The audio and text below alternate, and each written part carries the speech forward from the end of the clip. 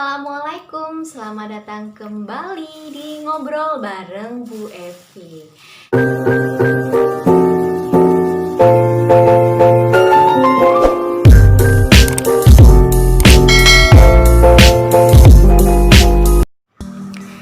Nah, kita lanjut ke pembahasan berikutnya, masih tetap tentang teks ceramah. Karena buat kalian yang belum melihat part 1 tentang teks ceramah, Bu Evi saranin buat kamu tonton dulu, karena ini tuh bakal ada kesinambungan antara teks ceramah 1 dengan yang part 2-nya. Jadi yang belum, silakan kamu lirik ke video sebelumnya dulu, oke? Nah, lanjut ke pembahasan berikutnya, yakni jenis-jenis informasi dalam teks ceramah. Ada 5 jenis informasi. Yang pertama itu berdasarkan fungsinya, ya. Teks ceramah jika informasinya itu berdasarkan fungsi, itu berarti dia bergantung pada materi dan kegunaan informasi tersebut. Ceramah ini tuh buat apa sih gunanya, gitu, seperti itu. Nah, untuk jenis informasi ini itu ada 3. Yang pertama untuk menambah pengetahuan nih, contohnya aja misalkan banyak sih ya, saya ambil contoh pergantian kurikulum. Kemudian untuk edukasi atau edukatif ya.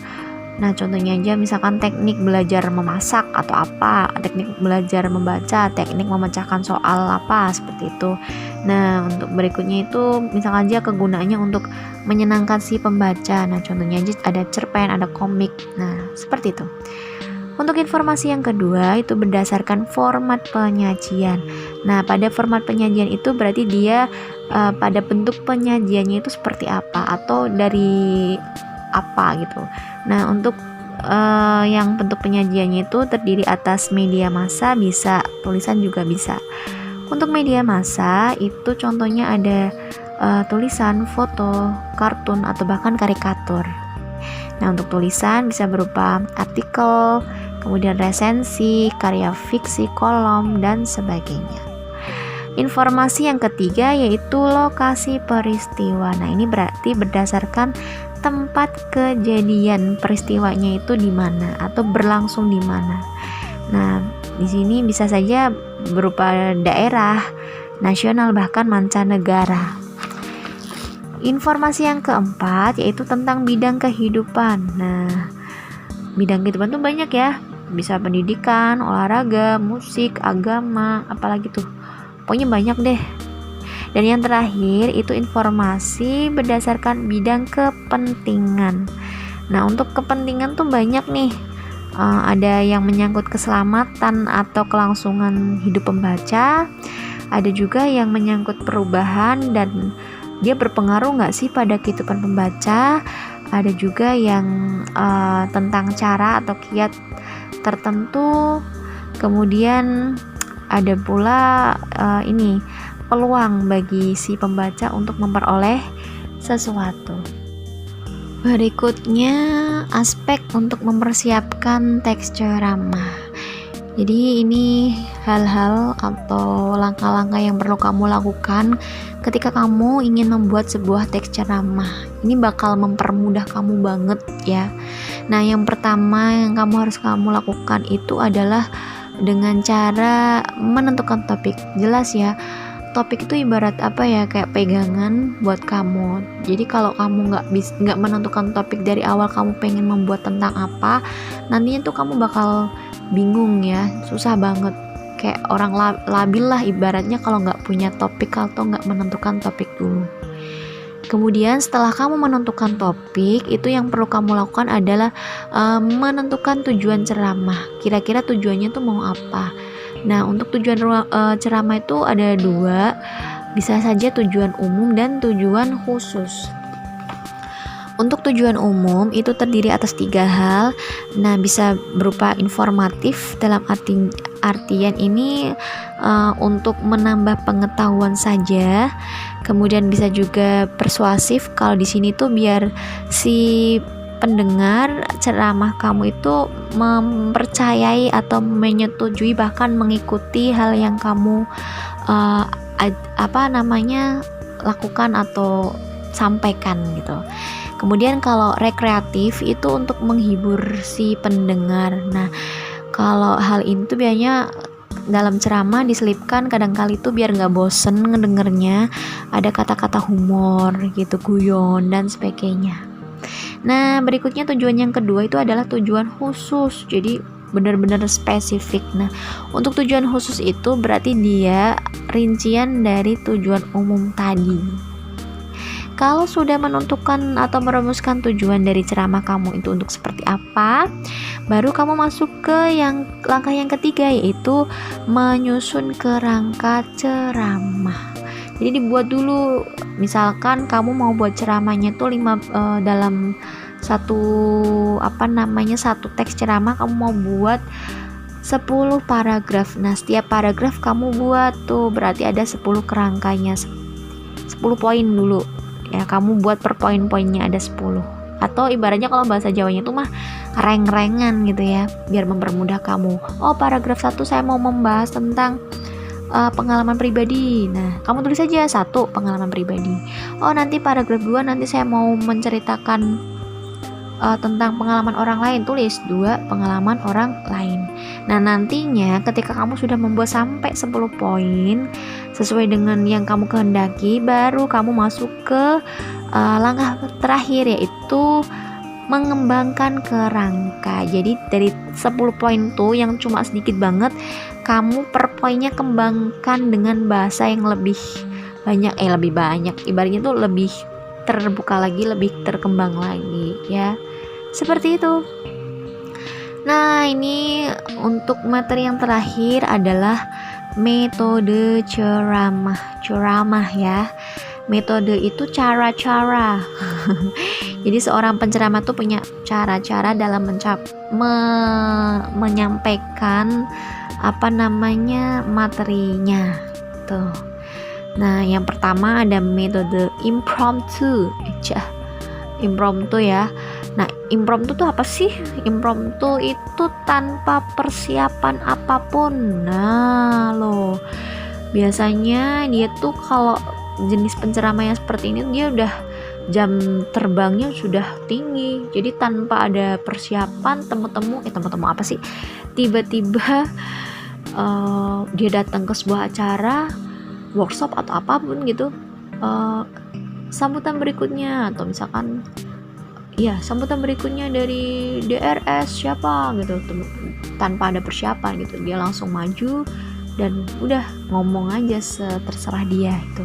Tapi biasanya orang-orang seperti ini yang tanpa persiapan tadi, dia yang sudah biasa atau terbiasa berceramah atau melakukan public speaking di luar, di banyak orang gitu. Kemudian metode yang kedua adalah menghafal. Nah, di sini berarti dia sudah ada teksnya ya, teksnya sudah disusun dengan rapi. Kemudian beberapa hari sebelum hari H dia hafalkan dulu di rumah ya kan. Nah, tapi biasanya tuh penghafalan pun nggak harus sampai yang titik komanya dihafal. Oh, habis ini titik nih, habis ini koma tuh nggak. Paling sih garis besarnya aja. Yang ketiga itu membaca naskah. Nah, kalau ini berarti dia naskahnya tentu sudah siap, naskah atau teks ceramahnya. Nah, ketika nanti di atas panggung dia menyampaikan sesuatu sambil membaca.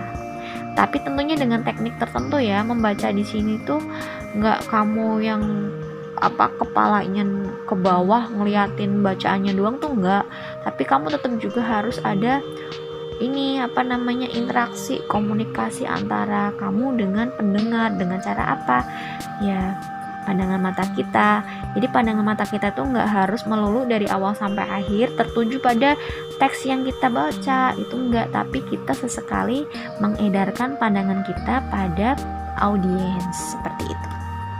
Dan yang terakhir adalah ekstemporan. Untuk ekstemporan itu menuliskan pokok-pokok pikiran yang mau disampaikan. Ini hanya sebagai catatan saja atau pengingat. Oh, habis ini tuh nanti saya ngobrol ini. Nanti kamu kembangin sendiri pada saat di podium. Seperti itu. Kira-kira nih dari 4 metode ceramah tadi kamu lebih milih yang mana nih? Impromptu kah, menghafal, membaca, atau bahkan ekstemporan? Kalau Bevi sih lebih ini ya, lebih ke yang ekstemporan deh kayaknya. Karena kalau misalkan menghafal tuh terlalu sulit, ntar kalau kita lupaan di atas podium takutnya malah ngeblank ya, keringatnya berkecucuran gitu ya. Kalau saya sih lebih ke ekstemporan deh, menuliskan yang penting-penting aja sebagai pengingat, oh habis ini saya ngomong ini seperti itu. Oke, itu tadi pembahasan seputar teks ceramah. Semoga bermanfaat. Masih ada nih buat kalian, spesial banget Bu Evi rangkumin tentang perbedaan antara ceramah, pidato, dan juga khotbah. Nah, pasti di antara kalian semua tuh pasti masih ada yang bingung nih, aduh ceramah tuh yang seperti apa sih, terus bedanya sama pidato ki apa, terus kalau khotbah apa lagi gitu kan. Nah, jangan khawatir, Bu Evi sudah rangkumin buat kalian di akhir video ini. Jadi silahkan disimak baik-baik ya. Nah, kita bagi menjadi 3 hal. Jadi perbedaannya kita lihat dari 3 segi ya. Yang pertama tuh dari pelaku, kemudian dari isi dan sifatnya. Untuk pelaku sendiri, kalau ceramah itu orang atau orang yang mau melakukan ceramah itu harus menguasai bidang tertentu. Itu wajib banget, dia harus menguasai bidangnya ya. Seperti di awal video Bu Evi udah pernah sampaikan, kalau orang yang mau ceramah di bidang kesehatan, dia harus menguasai bidang kesehatan, seperti itu ya. Nah, kemudian untuk yang pidato, kalau pidato itu pelaku atau orangnya itu nggak harus gitu loh, nggak harus menguasai bidang tertentu. Jadi siapapun boleh berpidato ria, asalkan syaratnya dia mampu ngomong di depan umum. Kadang-kala kan nggak semua orang berani untuk ngomong di depan umum gitu kan. Jadi siapapun boleh ya untuk pidato, nggak harus menguasai bidang tertentu ya kan, asalkan dia berani ngomong dan juga dia tuh memang pede aja di depan gitu. Dan tentunya omongan yang dia omongin tuh yang bermanfaat, jangan yang unfaedah gitu ya. Nah, sama halnya dengan yang rumah Bu Evi tuh banyakan ini sih burung ya, ternak burung. Jadi mohon maaf kalau beberapa kali di beberapa detik tuh ada suara burung yang nyangkut gitu ya. Dia mau ikutan kali rekaman sama saya. Oke, lanjut ya. Sama halnya dengan pidato, kalau khotbah pun sama gitu. Pelakunya dia nggak harus menguasai bidang tertentu. Jadi boleh siapapun khotbah. Tapi kalau khotbah tuh biasanya sih ini ya, orang-orang yang kayak ustadz gitu-gitu ya. Nah, oke, lanjut ke komponen yang kedua, yaitu isi. Nah, untuk isi, kalau ceramah itu berupa informasi, terus berupa pengetahuan juga. Nah, sedangkan pidato itu isinya bebas gitu ya, boleh apa aja, yang penting bermanfaat. Nah, sedangkan khotbah ya tentu ya, namanya juga khotbah, ini tuh harus tentang pengetahuan keagamaan. Nah, untuk yang terakhir yaitu dilihat dari sifatnya. Kalau si ceramah atau ceramah itu bersifat informatif, artinya hanya untuk memberikan info aja. Kemudian kalau pidato dia itu berupa persuasif, artinya ada ajakan di dalamnya gitu ya. Kemudian kalau khotbah pun sama, dia persuasif. Seperti itu. Itu tadi pembahasan seputar teks ceramah. Nah, kalian sudah pada paham ya? Semoga video ini bermanfaat untuk kalian yang sedang berjuang dalam pembelajaran jarak jauh. Nah, seperti biasa sebelum Bu Evi akhiri video kali ini, buat kalian di luar sana yang ingin banget request tentang materi apapun berkaitan dengan bahasa Indonesia, bisa banget dengan cara komen pada kolom komentar atau DM via Instagram yang sudah Bu Evi cantumkan pada description. Bu Evi pamit undur diri. Terima kasih. Wassalamualaikum warahmatullahi wabarakatuh.